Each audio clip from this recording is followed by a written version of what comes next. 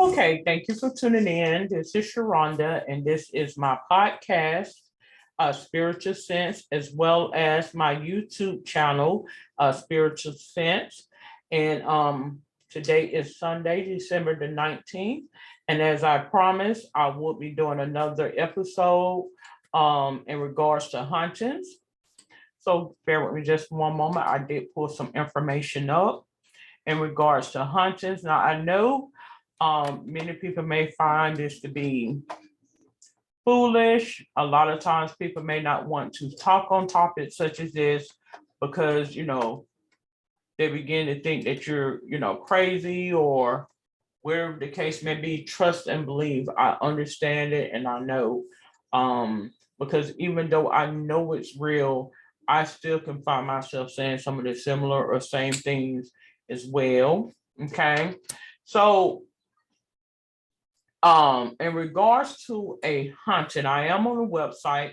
I'm going to read off some information in regards to a website, and then I'm going to give some of my personal accounts as to what I have previously experienced in my own personal experience with hauntings.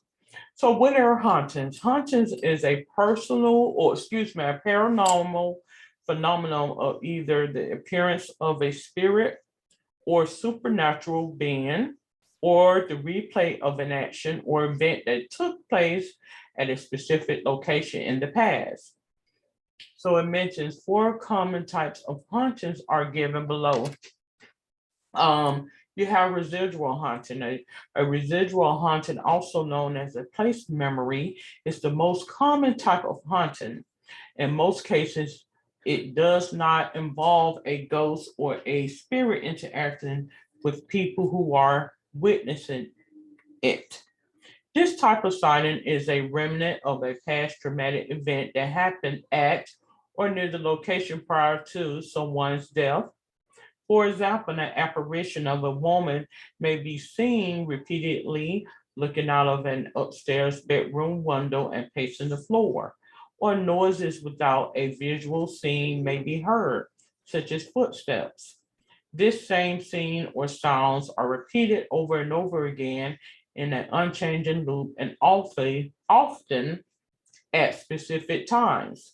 Residual hauntings are records of energy that have been imprinted in the area in which the event took place. They are not a direct communication with the living. In fact, they are quite benign and harmless. Some people are more sensitive to observing these hauntings, and typically they occur in older buildings, homes, and battlefields.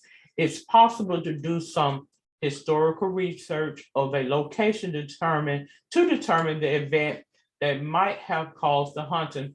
So, as I mentioned, when I was doing my tarot card reading in the last spiritual sense episode, my personal account of what I'm dealing with in terms of the home that I am renting from now, I do feel as though I don't feel like the home is haunted per se, but I do get visited by presences certain times, not all the time. And I think and I haven't even read the other four or the other three hauntings.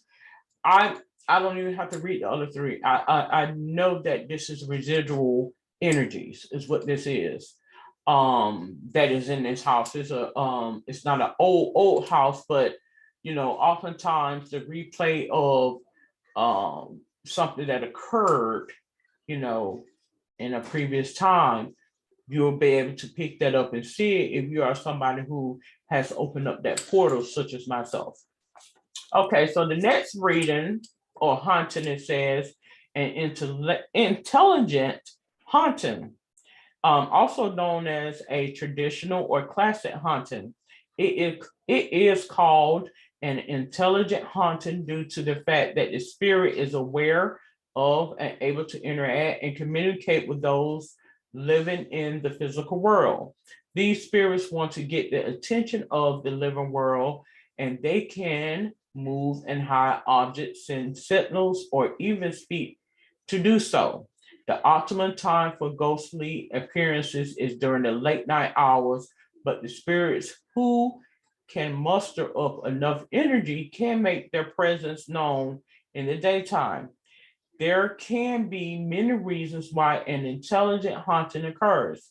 In many cases, some entities choose to stick around their loved ones, for example, grandparents, around younger children. Some are unaware that they have died because it may have happened suddenly. In those instances, the assistance of a psychic medium may be necessary to help them cross over to the other side. Other times, the spirit may not be visible.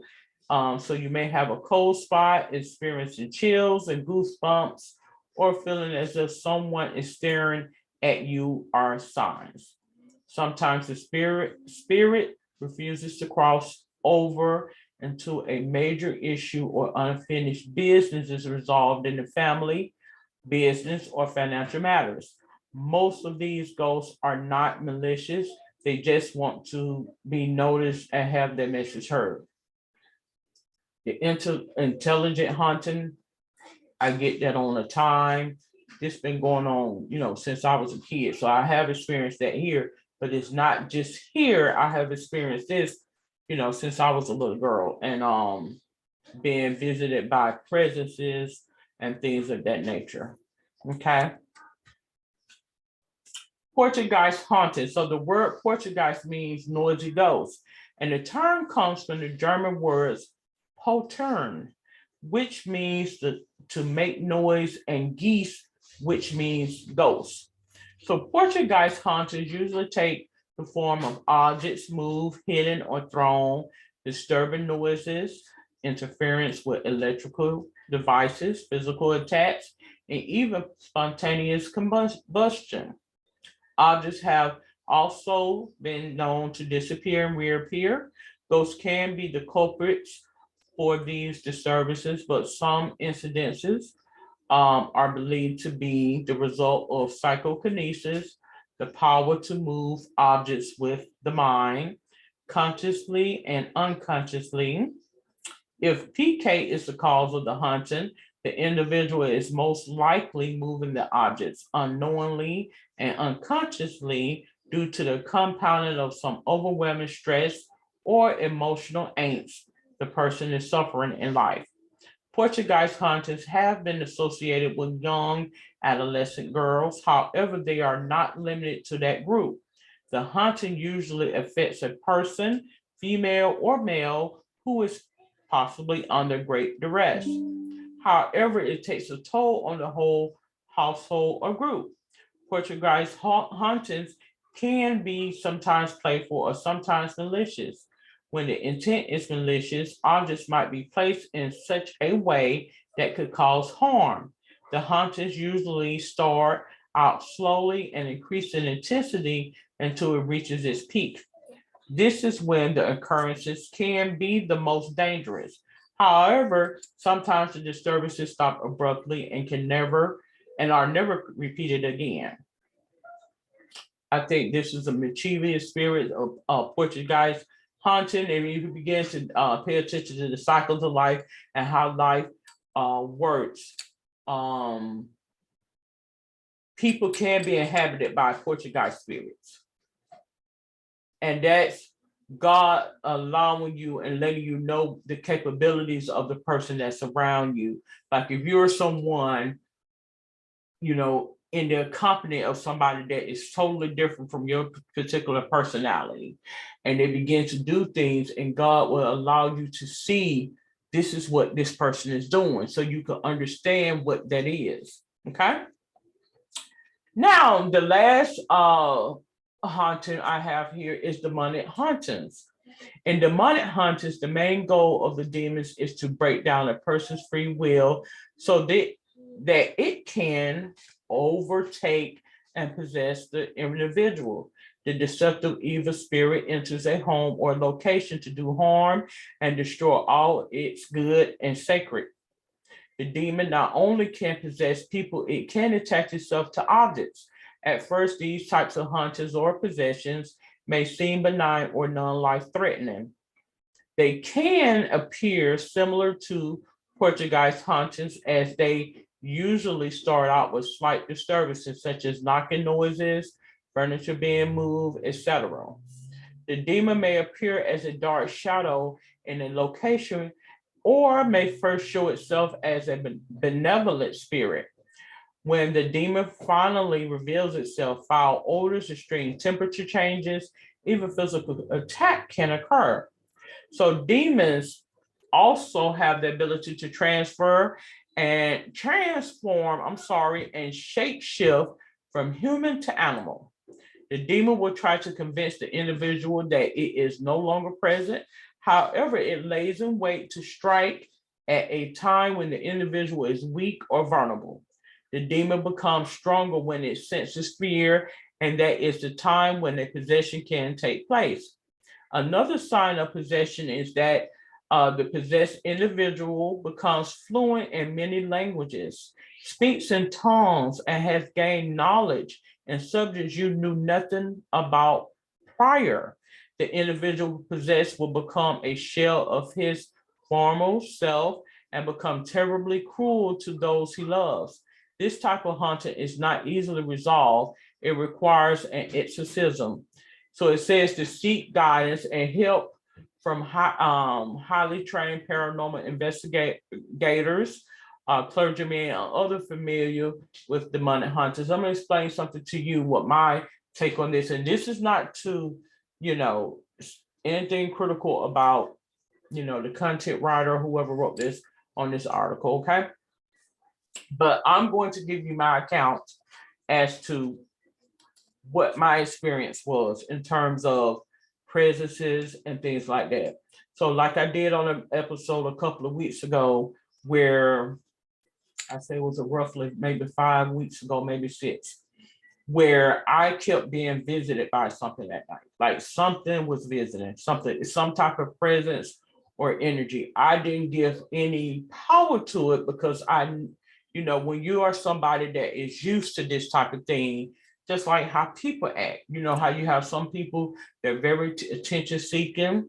This is how demonic spirits works as well. And you'll begin to see that oftentimes people are under the guidance of a demonic spirit. Now, sometimes I may use that word interchangeably when I'm speaking about a spirit as a demon and as a person that is demonically filled or led as a demon. So sometimes I may use it interchangeably. Okay. And so it began to affect the children or what have you. But before it did, it will wake me up. It will wake me up at night. I say 2-3 o'clock at night. And I wouldn't see anything when it first started off about 5 or 6 weeks ago. I would not visually see anything. Like I can sense it. You know how you can just sense in your third eye and your what they would consider to be your imagination or whatever. So I didn't physically like see what my eyes at first, anything, but I was sensing that it was a male type of energy, but I did not feel as though it was a ghost. That's what was so odd about it. I did not feel as though it was a ghost. I did not feel as though that it was malevolent or demonic. I did not feel that way. But I did not feel that it was good either. It was kind of like, I guess you would kind of put it in that gray. Like I didn't feel fear, but I wasn't joyful about it either. Okay. And it would visit at a certain time. This was like 5 or 6 weeks ago, or what have you.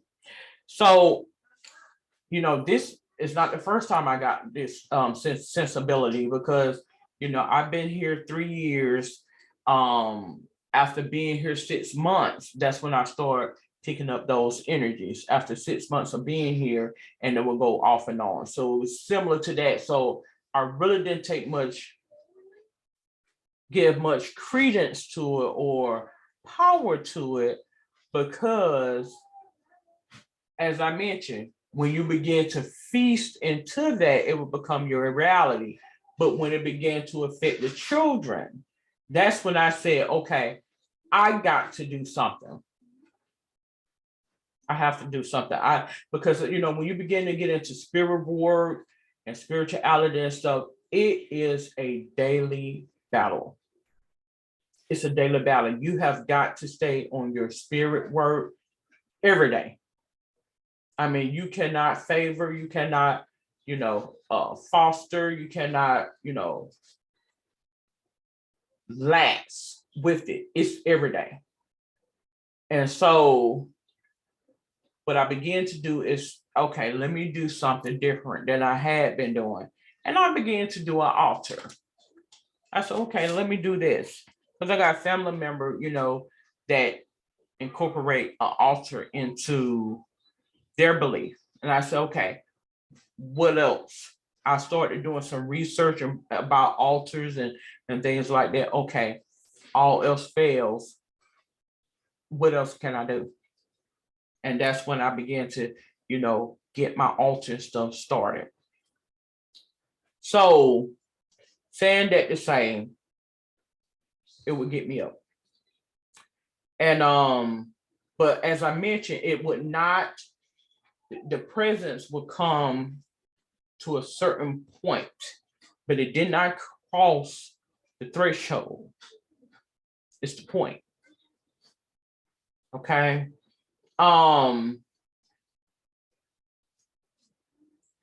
And so it wasn't until I say that went on for a good 3 weeks. I began to see like spooks, like dark little, kind of like spooks out the corner of my eye.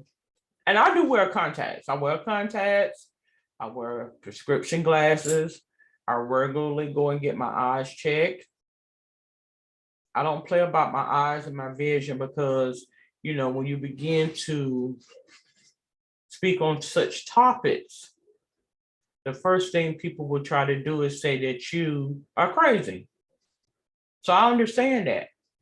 As I mentioned, the enemy's job is to what? Discredit you, to kill, steal, and destroy. He's going to find, or she's going to find, whatever means it takes to discredit you, to make you look as though, you don't know what you're talking about, to bring you down. Plain and simple. And so in saying that, that's when I started to do deities, incorporate deities and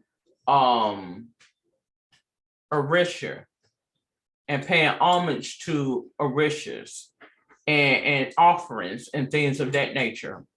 And I kid you not, it virtually went away. Virtually went away. You got to understand, these spirits are still around. And when you begin to invite them in, they're not going to leave. You're going to understand when it means, don't call upon my name in vain. You're going to understand exactly what those words mean. Don't call me over here and then you playing. You're going to understand exactly what that is. Okay, so I'm saying all this to say, in regards to hauntings, apparitions, spooks, and things of that nature, oftentimes God will enlighten us in those, in your third eye. He will oftentimes put things on the inside for you to understand and no one else. And oftentimes, if you are, he can actually use you or use someone else who speaks in such a manner, and they may not be aware as to what they're talking about. But somehow God has a language between what they are speaking and what you are able to pick up. So you could be the vessel as well as somebody else can be the vessel towards you as well. Okay, so, as I mentioned, I began to, get my altar started. I started paying homage to my orishas, and I work with two orishas. There's several orishas that's out there. It's the two that I favor is Yemaya and Shango.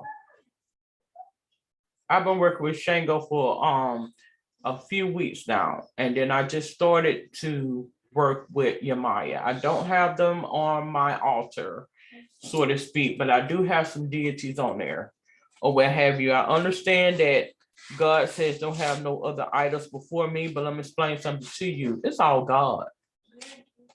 Whether you want to, accept it or not, it is all God.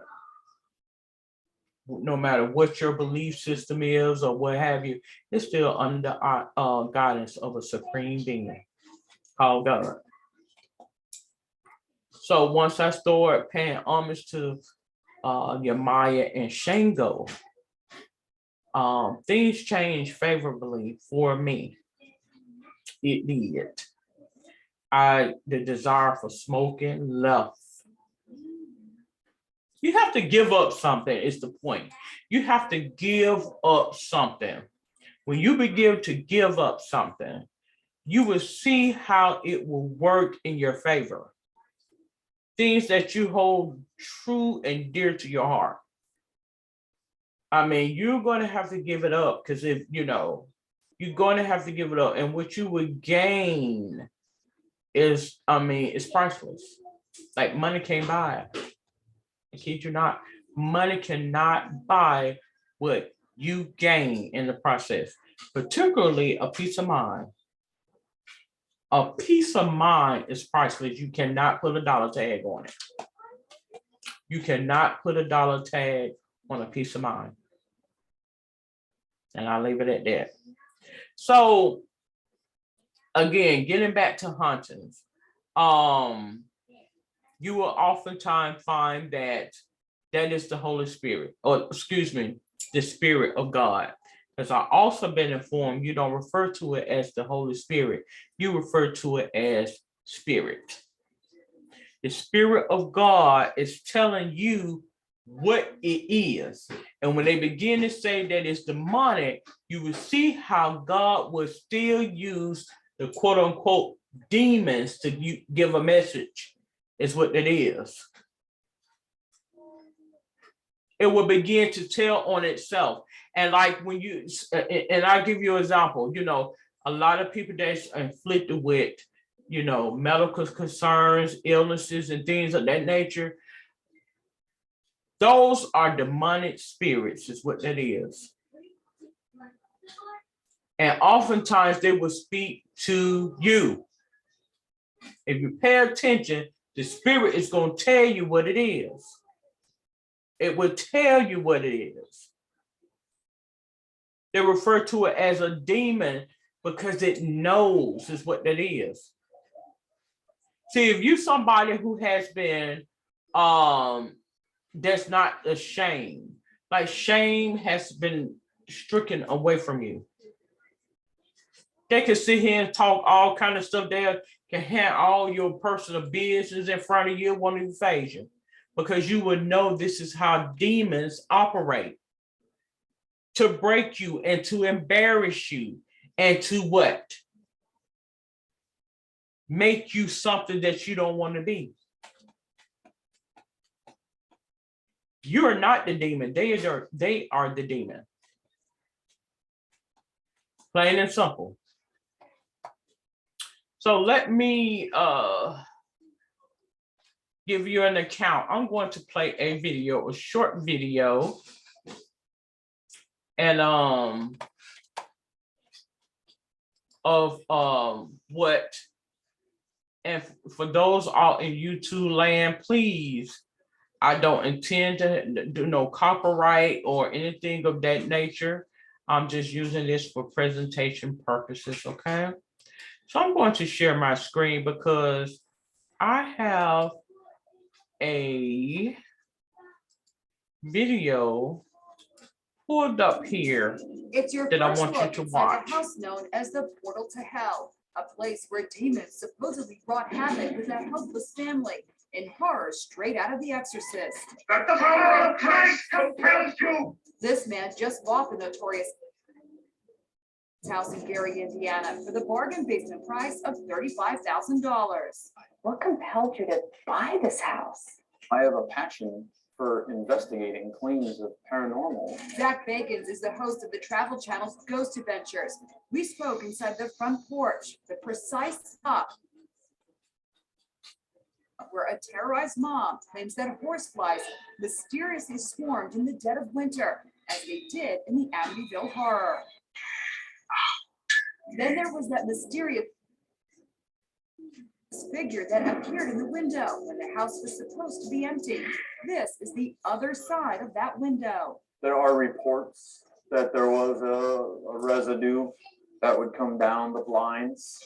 It was horrible. This is the woman who lived in the House of Horrors with her 3 children before Zach Bagans bought it. Latoya Ammons fought back tears when she told us how they fled in terror after her daughter was raised right off her bed. She says the demons sounded like this. We've waited 5 months. It sounded like something dead. She says she anointed the rooms with holy oil and read aloud from the Bible, but the nightmare went on and listened to a sound that cannot be explained by police who looked into the mysterious goings on. While 2 cops are talking in the basement, someone can be heard saying, "Hey." Embrace yourself for what Latoya says happened to her son when she and her mom took him to the hospital. It's right out of the movie Poltergeist. He walked up the wall and did the backwards flip. How did everybody in the hospital react to your son walking up the wall? They took off and they ran. The doctor from the psych ward said that's not real. That's not human. No human can do that. Speaking of deep, mysterious voices, You in there. those are the chilling words Captain Charles Austin will never forget. The 36-year veteran of the Gary, Indiana Police Department had just finished investigating strange occurrences in the house and was in his patrol car talking on the phone when he says something bizarre happened. All of a sudden, while I'm involved in this conversation, the AM/FM radio went to static and turned up very loud. And it said, "You in there?" And the person on the phone said, "What the hell was that?" And I said, "I don't know." What was your reaction? I was in shock. Exorcizo te un bellissime. Enter Father Michael Maginot, a local priest who got permission from the Bishop of Gary, Indiana, to perform an exorcism on Latoya. Did you at one point believe this house was the portal to hell?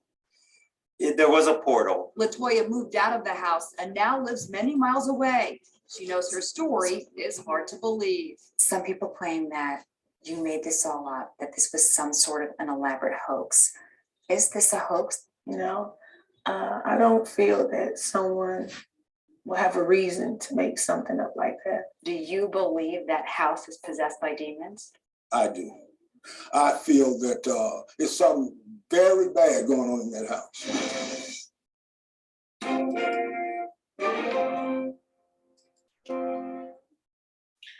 Okay, so Our goal is to help people cook some of the best dishes possible. I- That allows me to continue running the business. We send you all the ingredients you need to make the same dishes that we learned cooking at some of the best restaurants in the world. We use DocuSign for our Let me ingredients, see if I can employee change the contract. viewpoint Every time on we get this. the document signed, it means we're growing the business. It means more money's going So I to the can bank. exit It means we this. have Here.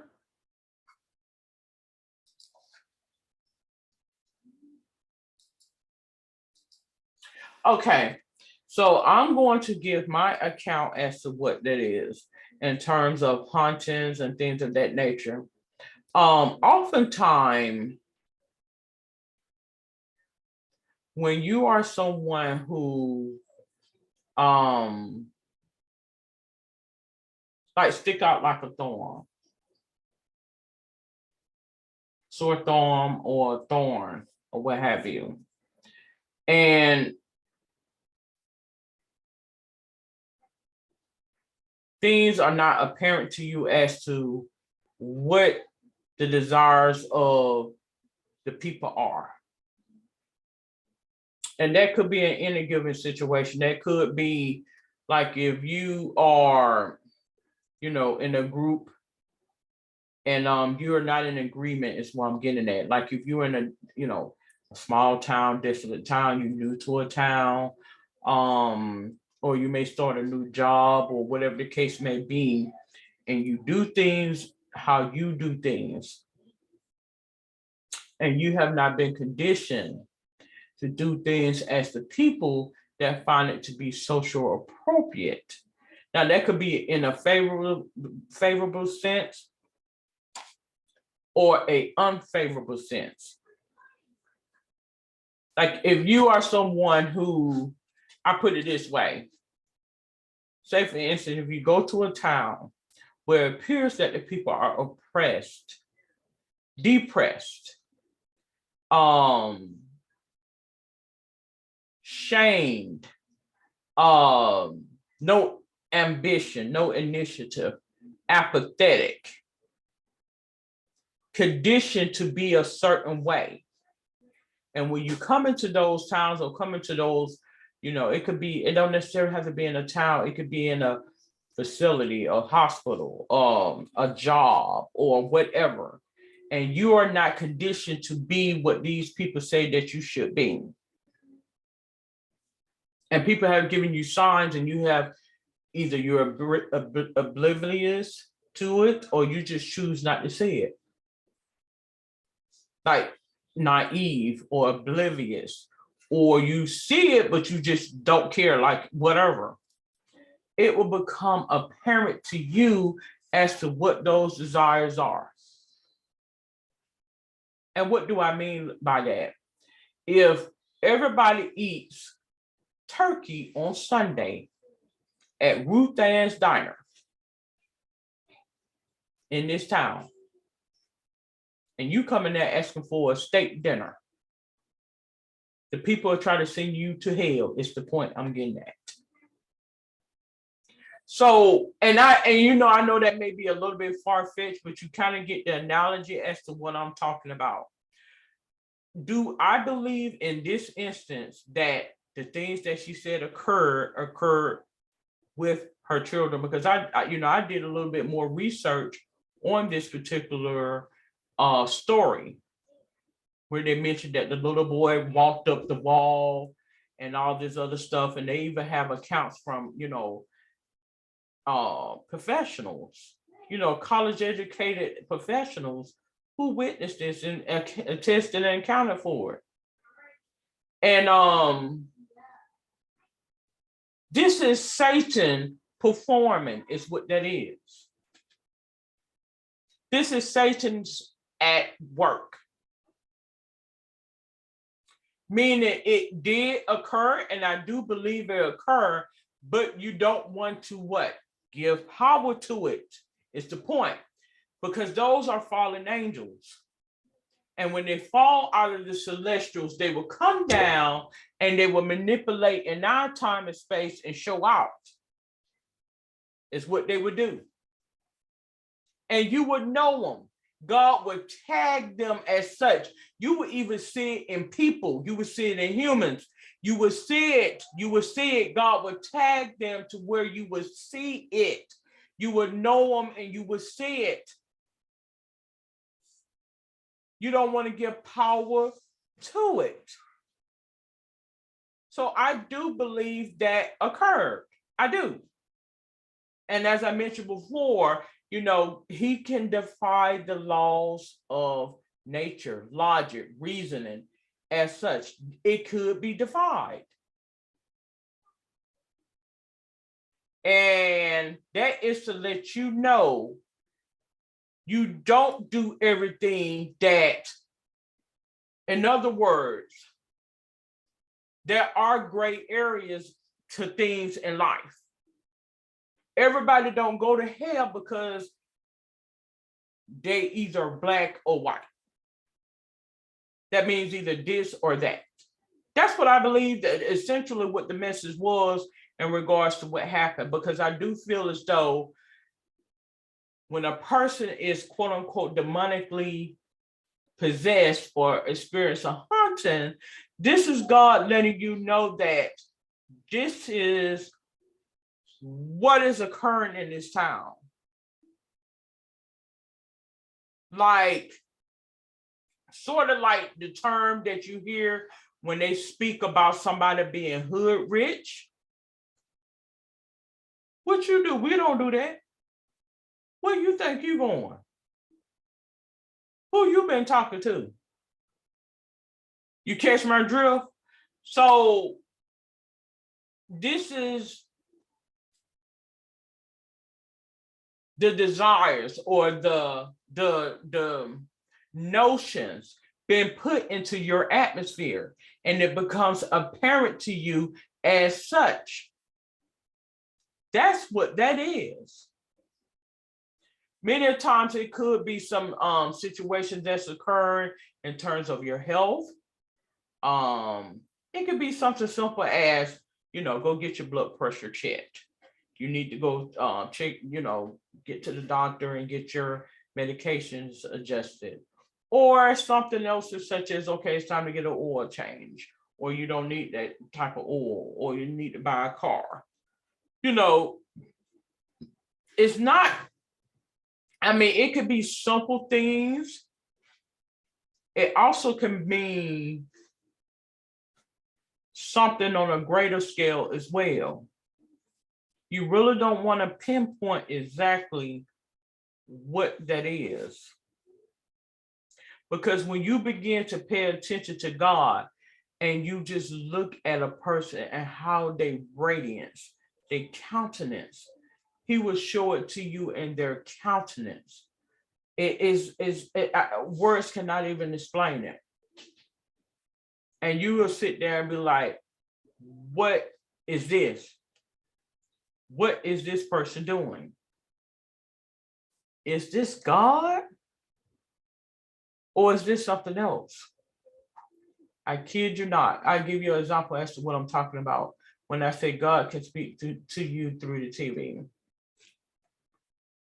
So a couple of nights ago, you know how you have the infomercials and things of that nature, and they may show a commercial on, one product or another that you can buy.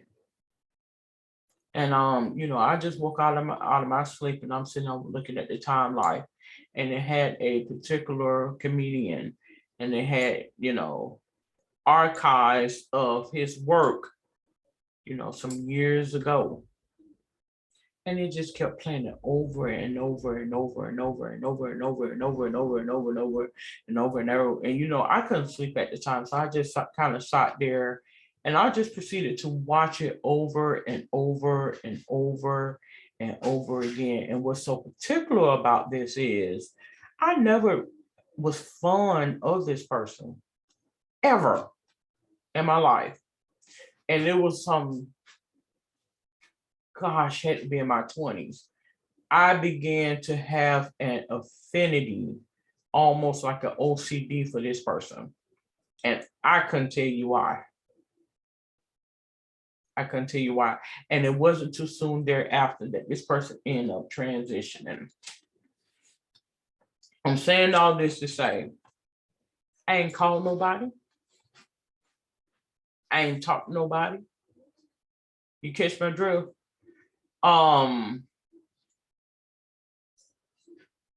Getting to the point, because I did do a podcast, I want to say maybe a year and a half now, and I need to do an update on that podcast as well. So I need to jot that down as to what I'm going to do for topics for my spiritual sense about shape shifting. And let me proceed to write this down now before. For those who are out there who, because I've done it. Let me explain something to you. I don't edit none of my videos. I don't have no production people here. Whatever program they have listed here is what they have listed here. That's why I go across from one program to the next. And I try not to let people know what I'm going to do or whatever. I have nothing to do with no editing or nothing. And a lot of my videos, when I go back and look at them, hey, it's auto edited, I guess, because I have nothing to do with it. A lot of times I can look at them. To me, it appears as though it's some angel wings in the background, and all of a sudden the sun will start peering and all of that. I see that myself when I do my videos. I have nothing to do with that. I don't have anything to do with the lightning and all the other stuff. No, I don't have nothing to do with that. But anyways, getting back to what I was saying. Shape shifting is real. I like to call it spiritual countenance. One and the same. It's a difference between when a person looks like a person. You know, we all have the ability to accessorize or change a look or a color, and we may start to look like, you know, family members, counterparts, friends, or whatever. But spiritual countenance is totally different. Like you will begin to see the spirit within a person, and that's how God will let you know, as this person did, this is what this person did. And this is why a lot of people don't give eye contact, or try to acknowledge certain things, because that's God giving you revelation as to what's going on with this person. Plain and simple. So as I'm sitting there looking at this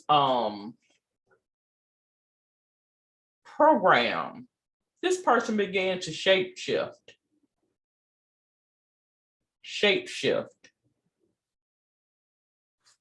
That person was battling a lot of demons. And it became apparent to me that many of the people that was in the information are as well, like we all do. And you will begin to see that a lot of those spirits are demonic. Now I just leave it at that. You don't want to deal with when you be careful where you step into when you speaking about spirituality and religion and all this other stuff. You better be very careful when you go and indulge into those types of professions. I'm just going to put it out there. I'm not trying to judge nobody. You have to be very careful, because when you get to working with those spirits, it ain't nothing to play with. This is not what you want, and that is not a threat. That is a promise. You're going to find out why they have mental facilities and institutes, because what is written is not the truth. Plain and simple. It is not the truth. Okay? The Spirit of God and is demonic presences. They one and the same. You choose your battle, and the test is within the text. You will be tested on a day-to-day basis, and you don't get so many times before you fail. Plain and simple. And I'm just being real about it. That's why I choose not to affiliate with no particular religion. No, not at all. I'll be honest about it. Not at all. You know, I had someone to, tell me in my past that, she was going into divination and to school for divination and divinity. And she said it blew her mind. It almost blew her mind. She said, "That's something I cannot do." And so, but that's just my take on this for today. I'm going to close out this podcast today, the Spiritual Sense podcast, speaking on hauntings and presences, and I will proceed with doing, and I think I'm gonna do my feng shui, but I'm not gonna do feng shui under my spiritual sense. I think that's more or less a holistic topic under my holistic health podcast. And so stay tuned for that.